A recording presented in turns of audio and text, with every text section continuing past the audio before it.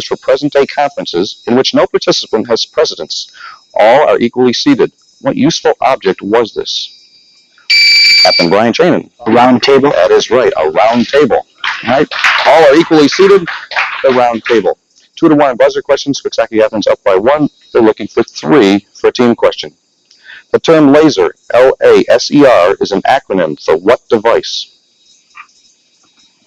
Acronym for what device? Okay, seeing no buzzers, our judge tells us to move on, so we're going to give you the answer as light amplification by stimulated emission of radiation.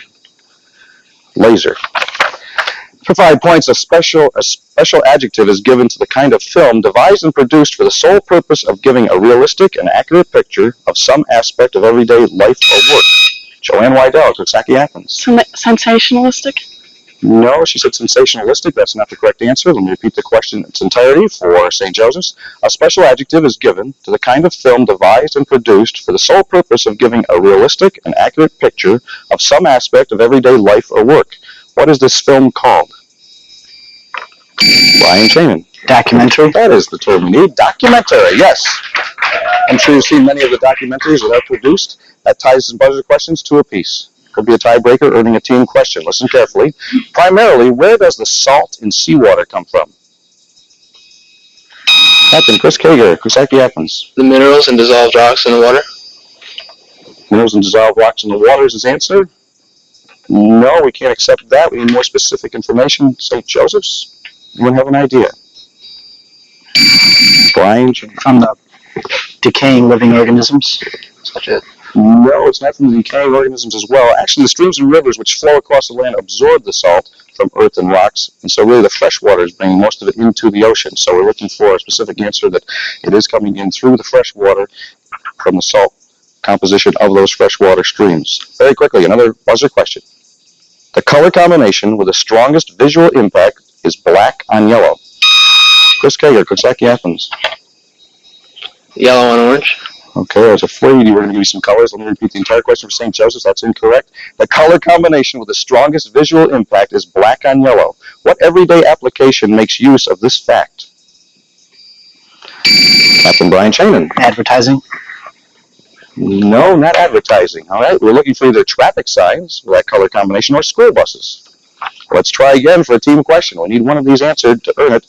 Caesar made an irrevocable step when he crossed this small river separating ancient Italy from Gaul. We associate the river's name with such a drastic decision. What river? Elizabeth Moynihan, St. Joseph's. The Rubicon? That is right, the Rubicon. Yes, the Rubicon. And the term was to cross the Rubicon. That earns a team question at last to St. Joseph's. First one of this afternoon's contest, famous pairs. Hope they're famous to each of you. Let me explain that topic. You'll have 40 seconds in which to answer the parts of this question. Many times in literature and conversation, we group items or people in pairs. I will name one half of the pair. Please supply the other half. All right? We'll start with 40 seconds. Brian? Alpha and? Omega. That is correct. Deborah? Warp and? W-A-R-P and? Speed. No, not speed. Let's go quickly. Gregory? Cloak, C-L-O-A-K, and? Dagger. That is right, yes. Elizabeth? Romulus and? Remus. Right, Remus is correct, yes. 3 out of 4 on the team question. The answer for warp was woof, W-O-O-F, which are fabric threads, length and width threads. Okay, let's go back to buzzer questions. Both teams back in the contest. When you examine a U.S. coin closely, you may find a small letter D showing that it was minted in Denver. If there is a small letter S, it was minted in San Francisco. If there is no mint mark, where does the coin originate? Gregory Sekenick. Philadelphia. Philadelphia, yes. Pennsylvania. Philadelphia, PA. Let's go again for 5 points. Although during the day, deserts are very hot. At night, the area tends to be cool. Why? Kathy Higgins. Land doesn't hold the heat as long as water does. And it radiates radiation of the heat back to the atmosphere. Hey, judges, did you hear that? Would you repeat that, please, for the judges? The heat radiates back into the atmosphere because land doesn't hold the heat. Okay, we'll accept that. All right, so the heat is actually radiated back in, even though it's very warm.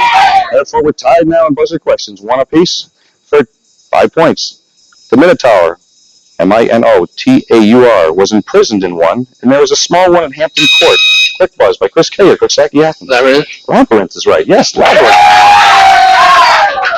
Quick answer, I'm going to read the entire question. It is a Greek word denoting a structure with complicated passages to baffles one way. Okay, we're 2-1, and Coxsackie-Athens is up by a buzzer question.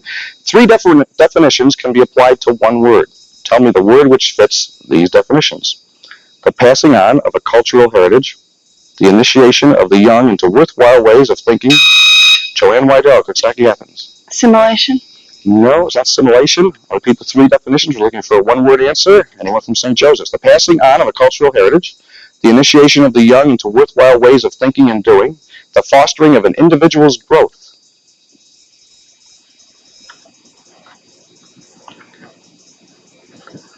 All right, the word was education.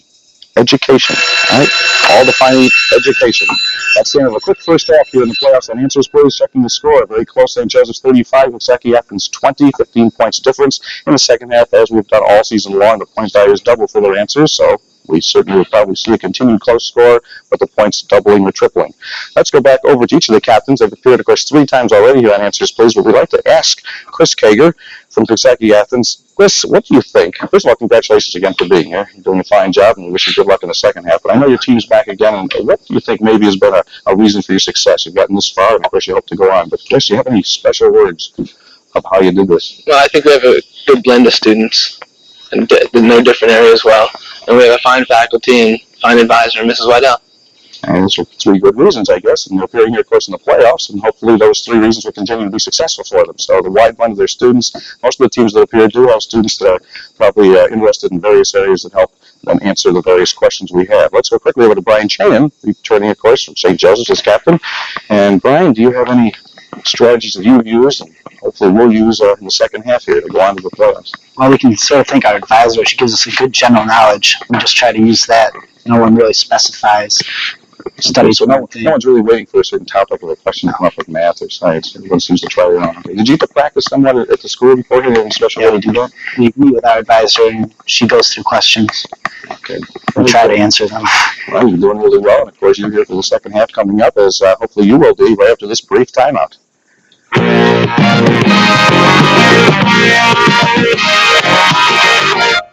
As part of Albany's tricentennial, the McDonald's operators of the Capital District and WRGB take pride in our role as co-sponsors of the Empire State Regatta. June 14th and 15th, join us here in the Corning Preserve and the Albany waterfront for 2 days of world-class rowing competition. It is not intended to reflect the educational programs of either one of our high schools appearing on our playoff game this afternoon, so please remember that Answers Please is only a game.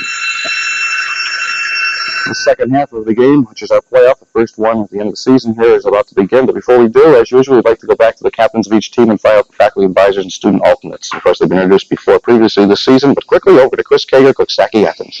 Our student alternates are Carl Gorneman and Sharon Baker, and our faculty advisor is Mrs. Betty Wydell. And how about those names from Brian Chaden from St. Joseph's? Our advisor is Sister Patricia Quinlan, who could not be with us this evening, and our alternates are Jim Palacino and Christine Canning. Well, thank them all very much for their efforts in preparing the students and the teams for Answers Please, and of course they did very well. Both these teams are in the playoffs, as you've noticed, and we wish them both good luck here in the second half. Check the score quickly. 35 St. Joseph's, Coxsackie-Athens 20. Point values are doubled, and there's a bonus question which each team can use in the second half. So the next time the bell rings, at the end of the contest, the end of the playoff, one of these teams will go on to meet the champion, the winners of next week's playoff game, and of course that'll be coming up in the next 2 weeks. Ready? Those are questions. Coxsackie-Athens 2, St. Joseph's 1. For 10 points, what is wrong with this statement? The dry ice melted. Chris Kager, Coxsackie-Athens. Dry ice doesn't melt, it sublimates. Okay, or evaporates. Yes, sublimates or evaporates. Does not melt. And that knowledge very quickly earns a team question going to Coxsackie-Athens. It's only the second one that we've asked during this playoff game, so good luck. It's going to be on special dates. Special dates, you'll have 40 seconds to earn 40 points. I will mention special dates in history. Please tell me the event you associate with that date. Starting with Chris. 1215. The signing of Magna Carta. That is right, yes. Joanne, 1588. Pass. All right, we'll go on to James, 1861. Civil War. Civil War, we can accept the start of the Civil War, yes. And Kathy, 800. Charlemagne. Reign of Okay, Charlemagne. Charlemagne was crowned emperor. Yes, that's correct. Okay, so we had 3 out of 4 on the team question. We missed 1588, and that's the defeat of the Spanish Armada by the English fleet. All right, so let's go back to buzzer questions, which means both teams, all 8 students, hands on the buzzers. For 10 points, what is the name of the Sunwatch satellite, which was retrieved and repaired by the Space Shuttle astronauts in early 1984? It was a Sunwatch satellite, which was retrieved and repaired. Chris Kager, Coxsackie-Athens. Telestat? No, that's not the one we're looking for. St. Joseph's, any ideas quickly? All right, seeing none, it's Solar Max. Solar Max. It was launched in 1980 to observe the solar flare activity. For 10 points, a photographer's light meter is one example of this device. Most of us encounter more moving examples. What device is this? Chris Kager, Coxsackie-Athens. Photometer? Photometer, no, that's not what we're looking for. St. Joseph's? Any ideas? All right, we'll give you the answer, and the answer was photoelectric cell. A photoelectric cell, which we more commonly know as opening supermarket doors and starting burglar alarms. Let's go for 10 points to another buzzer question. Her name was given to the misuse or blunders with words. She was a character in Sheridan's The Rivals. Quick buzz, Chris Kager, Coxsackie-Athens. Miss Malaprop? That's right, Miss Malaprop. She was a character in Sheridan's The Rivals. All right, and let's go quickly to another buzzer question. They're looking for points. Let's try and get some up on the board. What is the name of the hall in the celestial regions where the souls of heroes slain in battle are carried? Brian Chain and St. Joseph's. Valhalla. That is right, Valhalla. That's the correct answer. That was according to Scandinavian mythology. We're tied in buzzer questions, one apiece. The military class, or warrior knights of old Japan, were deprived of wearing... Kathy Higgins, Coxsackie-Athens. Shoguns? No, that's not the term. Shoguns, she said. Let's go repeating the entire question for St. Joseph's. The military class, or warrior knights of old Japan, were deprived of wearing their 2 swords in 1876. What were these warrior knights called? Ryan Chanin. Samurai. That is a good answer. Yes, samurai for 10 points. That moves St. Joseph's up by 1 buzzer question. For 10 points, both teams, listen. Shakespeare used this word to denote a born idiot, someone half-witted. We now use the word to describe someone who is adept at some particular skill, especially sports. The white keys on the piano are also noted as this. What one word fits all these definitions? Chris Kager, Coxsackie-Athens. Ivories? No, ivories might be part of it, but doesn't fit all the definitions. St. Joseph's, need a one-word answer. Okay, seeing nodding heads, I'll give them that, so we move on quickly. Natural, all right? Particular skill that you're adept at, especially in sports, white keys on the piano are natural keys. For 10 points, because Romans served out rations of salt and other necessities to their soldiers at regular intervals, regularly received stipends for work are called what? Chris Kager, Coxsackie-Athens. Rations? No, it's not the rations. Have an idea of what I was describing. St. Joseph's. Greg. Meal tickets. No, actually, we're looking for salaries. Salaries. Regularly received stipends for work are now called salaries, and the Romans served out rations of salt and other necessities at regular intervals. So it's salaries we were looking for. 2-1, St. Joseph's up by 1 still in buzzer questions. The leaves of rhubarb, all the parts of philodendron, berries of mistletoe, interrupted by Chris Kager, Coxsackie-Athens. They're all poisonous. That is right. They're all poisonous. Leaves of rhubarb, all the parts of philodendron, berries of mistletoe, leaves of poinsettia. Yes, all poisonous parts of plants. Tied in buzzer questions, 2 apiece. What quality of sound waves enables us to hear around corners? Quick buzz, Chris Kager, Coxsackie-Athens. Diffraction? Diffraction is the answer, yes, for 10 points. Now you won't have to listen around the corner. I'll tell you directly. The team question is on New York State cities. New York State cities. Let's try this one. And it's worth 40 points, 40 seconds again. We're going to start with Chris. Let me explain the topic. Several New York State cities have names which have other meanings. For instance, if I asked you for the city which might be described as oil or water, your answer would be Wells, New York. Big and small, large and small. Okay, listen carefully. Try and think of cities of New York. Chris, this city is mentioned in the Declaration of Independence as one of the unalienable rights. Liberty, New York. Liberty, New York. Joanne, you might ask the location of this city by where's the beef? Buffalo. We're specifically looking for Hamburg, New York. Okay, so that's incorrect. James, washing or immersing a body in water is the same word as what city? Flushing. Okay, he said Flushing. We're looking for Bath, New York. Bath, New York. Okay. And the last one, Kathy, a lighthouse is one as well as a radio transmitter that emits a signal to guide aircraft. What city? Okay. Heading south from here, it's Beacon, New York. Beacon we're looking for. All right, we had 1 out of 4 on those cities, and let's go back then to buzzer questions, earning, of course, the next team question. For 10 points, Argentina, Australia, Chile, France, Germany, Japan, New Zealand, Poland, South Africa, the United Kingdom, the U.S., and the USSR all have research stations located in what area? Gregory Sukenik, St. Joseph. Antarctica. Antarctica is right. Yes, Antarctica. All of those countries have and share research stations located in that area of the world.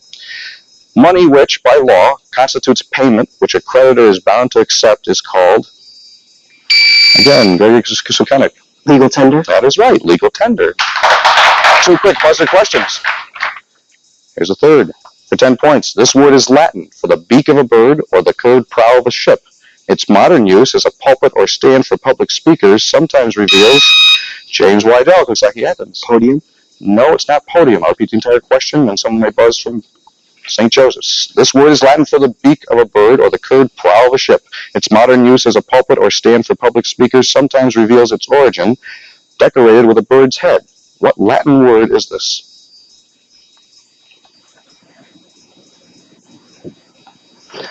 Okay, Greg Sukenik. Ovium. No, it's rostrum. Rostrum. Okay, R-O-S-T-R-U-M.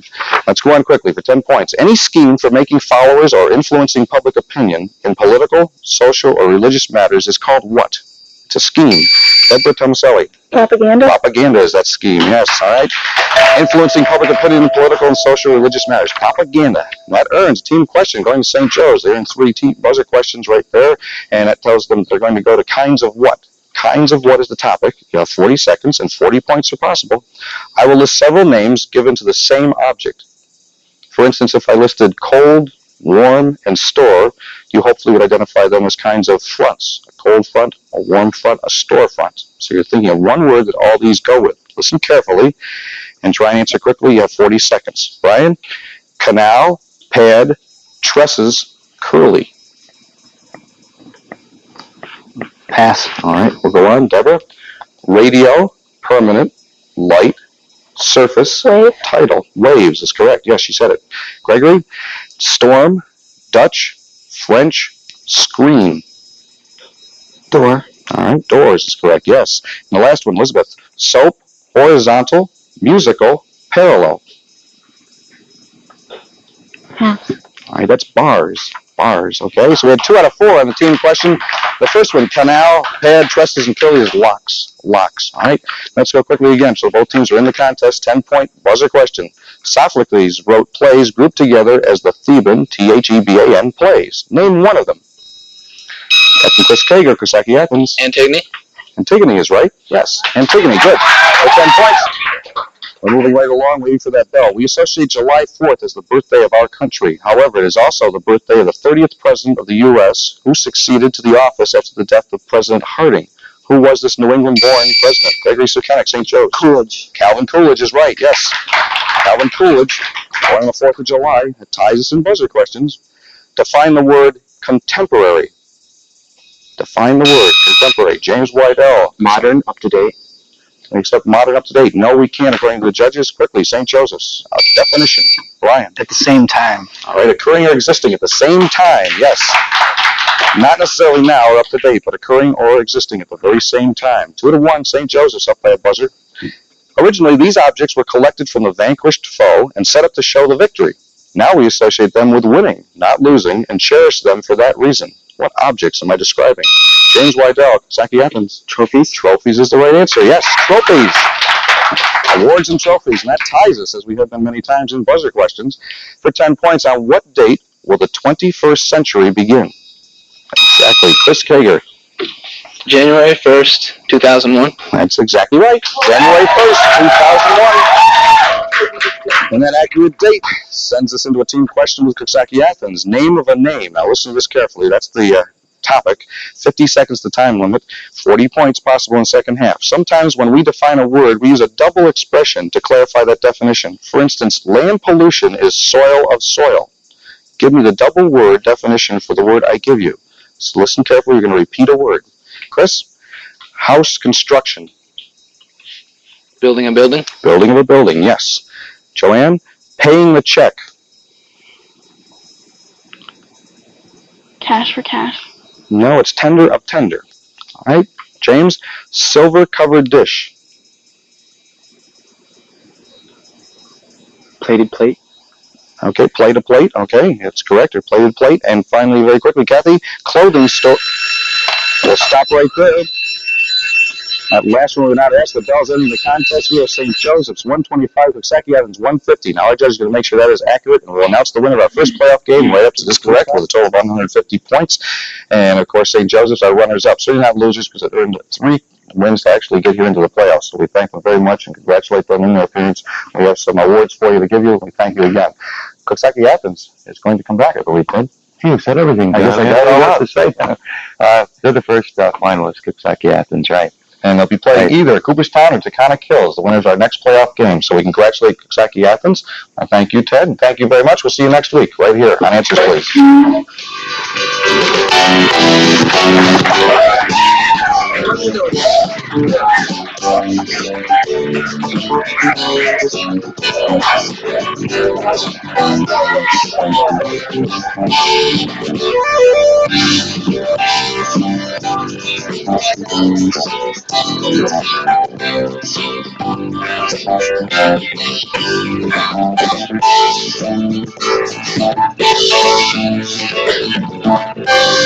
Yes.